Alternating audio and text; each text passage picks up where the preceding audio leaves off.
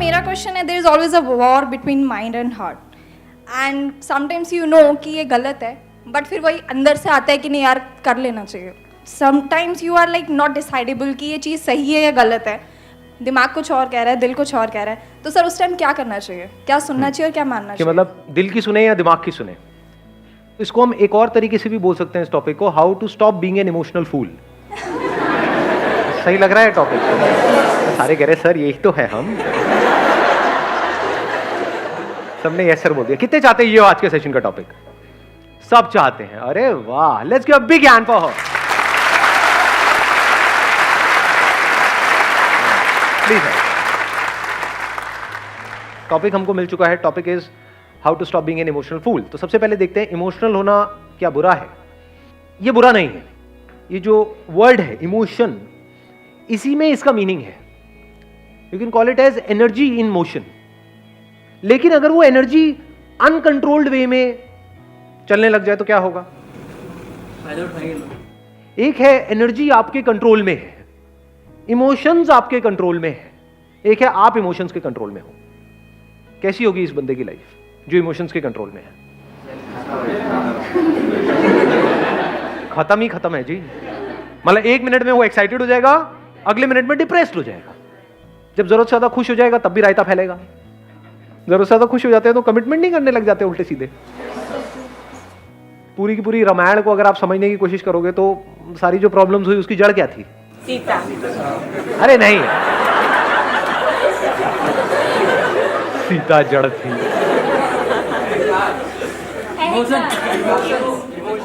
कहां से खेल सारा शुरू हुआ था? वचन क्यों दिया था? तो रामलीला शुरू होने वाली है ऐसा लग रहा है. एक हनुमान भी आएगा थोड़ी देर में. यहाँ ये दिख रही है ऊपर से रॉड. हनुमान जी आएंगे, लंका उनका जलाएंगे, करेंगे. देखते हैं क्या होता है. हाँ, नहीं समझने की कोशिश करते हैं क्या हुआ था. कैकेयी से बहुत खुश हो गए थे दशरथ जी, तो उन्होंने उनको वचन दिया था कि जब भी आप मांगोगे वो हम देंगे. तो पूरी की पूरी रामायण की जड़ क्या है? नहीं, कैकेयी नहीं. कभी सीता, कभी कैकेयी. अबे पागल हो क्या? रुको. दशरथ जी जरूरत से ज्यादा खुश हो गए थे, इमोशनल हो गए थे, और जरूरत से ज्यादा खुश होने के बाद में उन्होंने उसको कुछ ऐसा कह दिया जिसके बाद में ये पूरी की पूरी रामायण शुरू हुई. तो हमारी भी जिंदगी की रामायण ऐसे ही शुरू होती है. जरूरत से ज्यादा खुश हो जाते हैं और किसी को कमिट नहीं करना चाहिए, कमिट कर दिया, उसके बाद वो फुद्दू घर के चक्कर लगा रहा है. उसके बाद रो रही, मैंने क्या कर दिया, थोड़ी जल्दी कर दी. फिर हमारी जिंदगी की रामायण शुरू होती है.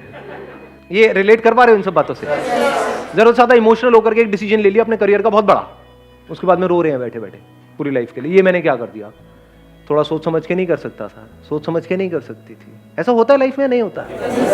कुछ गिने चुने बड़े डिसीजंस हैं लाइफ में. और क्या है, एक रिलेशनशिप से रिलेटेड है, एक करियर से रिलेटेड है. ये दोनों डिसीजंस सोच समझ करके प्रॉपर्ली लेने चाहिए या एकदम से इमोशनल होकर के लेने चाहिए? इमोशंस जो होते हैं ना, अब वो जनरेट कैसे होते हैं? हैपनिंग. you're saying कि कुछ होता है हमारी लाइफ में, कोई इवेंट होता है, वहां से इमोशंस ट्रिगर होते हैं. तो इवेंट्स तो अनलिमिटेड होते हैं, हर एक पे इमोशंस ट्रिगर होते हैं. आपकी लाइफ में कितना कुछ होता है सुबह से रात तक? बहुत कुछ होता है. क्या हर जगह पे एक्साइटेड हो जाते हो, हर जगह पे डिप्रेस्ड हो जाते हो, या कभी होते हो कभी नहीं होते हो? तो उसका कॉज बाहर है या आपके अंदर है? इसको आराम से समझना. यही हमारी सबकी गलतफहमी है. हम सोचते हैं इमोशंस बाहर से जनरेट होते हैं, बाहर से नहीं होते. फॉर एग्जाम्पल, किसी गाड़ी का आपके माइंड में डिजायर पड़ा हुआ है और वो डिजायर बहुत स्ट्रांग है और वो गाड़ी आपके सामने आएगी तो आप इमोशनल नहीं हो जाओगे? और अगर वो डिजायर है ही नहीं तो? ऐसी 1000 गाड़ियां भी आपके सामने से निकल जाएगी, कुछ भी नहीं होगा. ऐसे ही जिस तरह की आपने मूवीज देखी है, करी है, ये है वो है, उससे रिलेटेड इमेजेस बन जाती है हमारे माइंड में. प्रिंस चार्मिंग, एकदम से वो सामने आता है तो क्या होता है? दिमाग काम करना बंद नहीं कर देता है. बाहर से हम अपने आप को बड़ा काम एंड कंपोज दिखा रहे होते हैं, अंदर ही अंदर क्या चल रहा होता है? अरे मजा आ गया. ऐसी फीलिंग्स होती है? नहीं होती? ओबे देखो देखा देखा, पलट पलट पलट पलट पलट पलट पलट. ये खेल शुरू नहीं हो जाता है. उस वक्त क्या होता है? दिमाग काम करना बंद नहीं कर देता है. अब जैसे जैसे वो डिजायर पूरा होता है तो हमारे अंदर ग्रीड नाम का एक इमोशन पैदा होता है। ग्रीड सिर्फ चीजों से रिलेटेड नहीं होता, लोगों से रिलेटेड भी होता है। लालच आता है, और अगर उसमें कोई रुकावट आती है तो क्या होता है? पता लगा आपको वो आपको नहीं देख रहा, आपकी फ्रेंड को देख रहा है, तो क्या होता है? गुस्सा आता है, जेलसी होती है। तो इस सब की जड़ क्या है?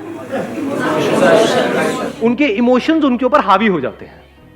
अब इस डिजायर की प्रॉब्लम समझ पा रहे हो? क्योंकि ये डिजायर्स, मजे की बात क्या है, हम सबके अंदर बन जाते हैं, आपने बनाए नहीं है। ऐसी गलतफहमी होती है आपको कि मैंने चूज किए हैं। चूज नहीं किए हैं। जैसी आपकी अपब्रिंगिंग है, जैसा फैमिली बैकग्राउंड है, जैसा फ्रेंड सर्कल है, जो सुबह से रात तक आप देखते रहते हो, जिस तरह की एड्स देखते हो, जिस तरह की मूवीज देखते हो, जिस तरह के सीरियल्स देखते हो, उसके हिसाब से डिजायर्स बनने लग जाते हैं, जो हो सकता है शॉर्ट टर्म में तो आपके लिए अच्छे हैं, लेकिन लॉन्ग टर्म में आपकी धज्जियां उड़ाने वाले हैं। तो क्या हो अगर ये जो डिजायर्स हैं, इसको आप खुद चूज करो, खुद प्लांट करो। जैसे एक सीड नहीं है, क्योंकि हो सकता है वो जो डिजायर्स पड़े हुए हैं वो कैक्टस के जैसे हैं कि वहां मरना ही मरना है। क्योंकि डिजायर्स आपको लगता है, अब ये बहुत बड़ी गलतफहमी है, इसको देखने के लिए थोड़ी सी समझ चाहिए, कि आपको लगता है कि हम खुद चूज करते हैं अपने डिजायर्स। आप नहीं करते हो। मार्केटिंग की पूरी एक दुनिया है। जिन लोगों का इंटरेस्ट है आपको जो चीज बेचने में, आपको पता भी नहीं लगेगा कैसे वो उससे रिलेटेड डिजायर्स आपके अंदर प्लांट करते चले जाएंगे, डायरेक्टली या इनडायरेक्टली। एड्स को लेके क्यों करते हैं? एड्स को लेके क्या करते हैं? सबको अपनी पड़ी है जी, एज सिंपल एज दैट। लोग क्यों करते हैं? मतलब लोग कचरा भी बेचने के लिए क्यों तैयार है? चलो कोई आदमी गरीब है तो उसका तो फिर भी समझ आता है कि वो अपनी फैमिली के लिए किसी के लिए कर रहा है। अरे वो लोग जिनके बैंक अकाउंट में करोड़ों रुपए पड़े हैं, सो कॉल्ड सेलिब्रिटीज, क्या वो झूठ नहीं बोलते हैं आकर के? क्या वो जिन भी चीजों की ऐड कर रहे हैं वो खुद खाते पीते हैं? लेकिन ऐड तो करते हैं। क्यों करते हैं? पैसा दो, कुछ भी बुलवा लो, बट पैसा तो उनके पास में है, फिर क्यों करते हैं? लालच है जी। फॉर एग्जाम्पल, आपको क्रिकेट का शौक है, तो आपका कोई आइडल है, उसने आकर के बोल दिया कि ये खाओ, चाहे वो उसको हाथ भी ना लगाए खुद, ना अपने बच्चों को खिलाए, ना अपनी बीवी को, किसी को ना खिलाए, लेकिन अगर उसने आकर के बोल दिया कि ये खाओ, तो क्या होगा? आपका दिमाग वहां पर बीच में आएगा? ये इमोशंस आपके ऊपर हावी हो चुके हैं।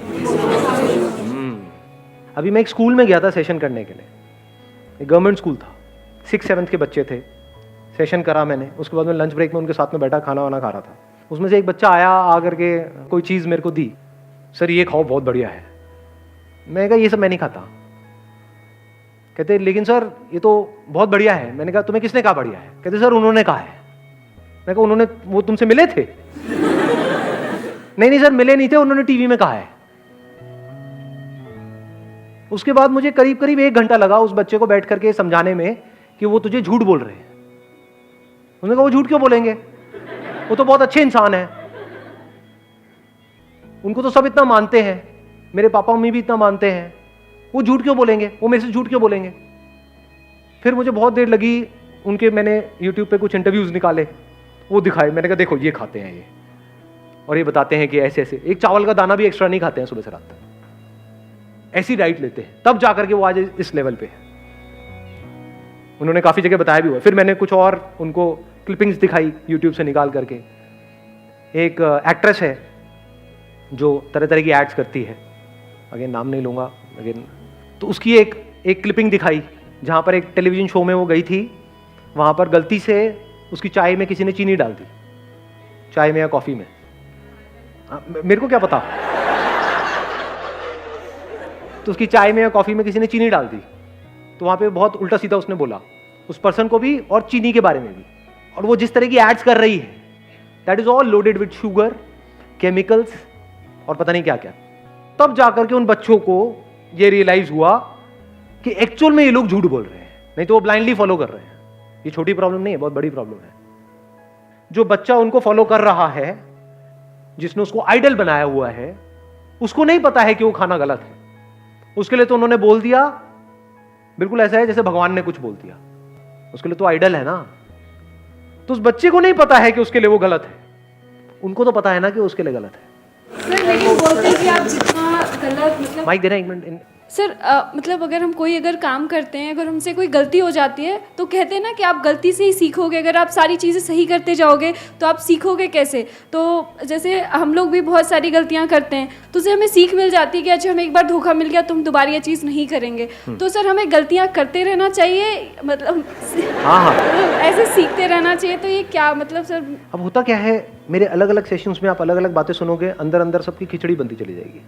क्योंकि एक सेशन में मैं बोलूँगा कि हम अपनी गलतियों से ही सीखते हैं, जिसने गलती नहीं करी उसने क्या किया। इसका मतलब ये थोड़ी कि हम गलतियां ही करते रहें। देखो, समझदार कौन है? जो बार बार गलती करे और फिर भी उससे ना सीखे, वो समझदार है या बेवकूफ़ है या महाबेवकूफ़ है? महाबेवकूफ़। एक ही गलती को 10 बार करे। दूसरा बंदा जिसने गलती करी उससे सीख लिया, उसको समझदार कहेंगे या बेवकूफ़ कहेंगे? समझदार है। तीसरा बंदा जो गलती करने से पहले ही औरों की गलतियों से सीख जाए और वो गलती करे ही ना, वो वाली गलती ना करे, वो उसको क्या कहोगे? महाबेवकूफ या महासमझदार? महासमझदार। गलतियां दो तरह की होती हैं। एक है छोटी मोटी गलती कि आप गए यहां से, ध्यान कहीं और था, अंदर ख्यालों में खोए हुए थे, कहीं टक्कर हो गई टड़क करके ऐसे, मतलब, और थोड़ी सी लग गई चोट, 5-7 दिन के लिए दर्द हो रहा है। लेकिन ये भी तो हो सकता है कि वो गलती अगर आपने कहीं मेन रोड पे सड़क पे करी और टक्कर हुई किसी ट्रक से, तो अब क्या सीखोगे वहां पर? सीखने के लिए रह क्या जाएगा? समझ गए ना? गलतियां दो तरह की है, एक छोटी मोटी गलती है, बड़ी गलती है। तो बड़ी गलती किससे कनेक्टेड है? बड़े डिजायर से कनेक्टेड है। जितने ज्यादा डिजायर्स होंगे उतना ही फड़फड़ाए हुए होंगे। मैं ये सब जो भी बोल रहा हूं अपनी लाइफ के पूरे एक्सपीरियंस के बेस पे आपसे बोल रहा हूं। तो अगर आप महासमझदार हो तो मेरी बातों से ही सीख लोगे, महाबेवकूफ हो तो कभी नहीं सीखोगे। समझ गए? मैं लाइफ में कई जगह पे फंसा हूं। क्यों फंसा हूं? क्योंकि अंदर एक डिजायर को पनपता रहा कि मुझे ये चाहिए, ये चाहिए, ये चाहिए, ये चाहिए, ये चाहिए। जो वो चीज, वो जो अपॉर्चुनिटी है मेरे सामने आई तो दिमाग ने काम करना बंद कर दिया, इमोशनल होकर के कोई डिसीजन ले लिया, उसके बाद में भुगतता रहा अगले 5-10 साल तक। ऐसा लाइफ में होता है? नहीं होता है। तो मैं दिल से क्या चाहता हूं कि आपके साथ ऐसा ना हो। तो अगर ये सीख जाओ तो बच जाओगे। अब ऐसा नहीं होता है मेरे साथ में। क्यों नहीं होता है? अंदर कोई डिजायर ही नहीं, no desire of any kind. लेकिन एनर्जी की कोई कमी है? तो ऐसा क्यों हो रहा है? लगाओ थोड़ा सा दिमाग। राइट डिजायर प्लांट किया हुआ है। हाँ, राइट डिजायर प्लांट किया। राइट डिजायर प्लांट किया हुआ है अपने अंदर। अभी राइट डिजायर क्या है और रॉन्ग डिजायर क्या है? आराम से समझ लेना, आराम से, ठंडे दिमाग से। कुछ भी पाने का डिजायर, ये रॉन्ग डिजायर है। अपने आप को कैपेबल बनाने का डिजायर, अपनी कैपेबिलिटीज को बढ़ाने का डिजायर, अपना जो हाईएस्ट पोटेंशियल है उसको अचीव करने का डिजायर। यानी अगर आप एक क्रिकेटर हो तो आपका डिजायर क्या है?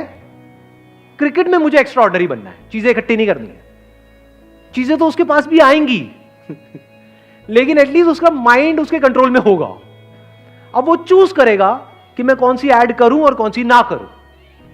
फॉर एग्जाम्पल, गाड़ी की है, बाइक की है, इंश्योरेंस की है, ये सारी जो एड्स हैं, इसको करने में कोई बुराई नहीं है। किसी की लाइफ थोड़ी ना खराब हो रही है।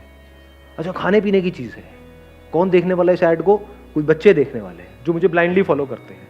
तो मैं ये ऐड नहीं करूंगा, और इसकी जगह मैं क्या करूंगा? अपने सारे इंटरव्यूज में बोलूंगा कि ये खाना सही है, ये खाना गलत है, ताकि एटलीस्ट मेरी वजह से किसी का अच्छा नहीं हो रहा तो किसी का बुरा ना हो, नंबर 1। और अगर मेरी वजह से किसी का अच्छा हो जाए तो उससे अच्छा कुछ हो ही नहीं सकता। ऐसी थिंकिंग कहां से आ सकती है? किसके माइंड में आ सकती है ऐसी थिंकिंग? जिसकी लाइफ का गोल हो कि मुझे खिलाड़ी बनना है, ना कि भिखारी बनना है। ये जो आपका पाने का डिजायर है, ये आपको भिखारी बनाता है। बड़ा आदमी, छोटा आदमी, ये सब क्या है? जाने अनजाने अगर डिजायर आपके अंदर प्लांट नहीं हो रहे हैं। घर में डायलॉग सुने नहीं सुने हैं? वो बहुत बड़ा आदमी है। बड़ा आदमी मतलब क्या? 8 फुट का है, 10 फुट का है? कौन है बड़ा आदमी? मतलब क्या? पैसा है और क्या? तो बड़ा आदमी मतलब जिसके पास पैसा बड़ा है। क्या वो एक्चुअल में बड़ा है? या हो सकता है उसकी सोच 2 कौड़ी की हो। तो सोच की क्या वैल्यू है हमारी सोसाइटी में?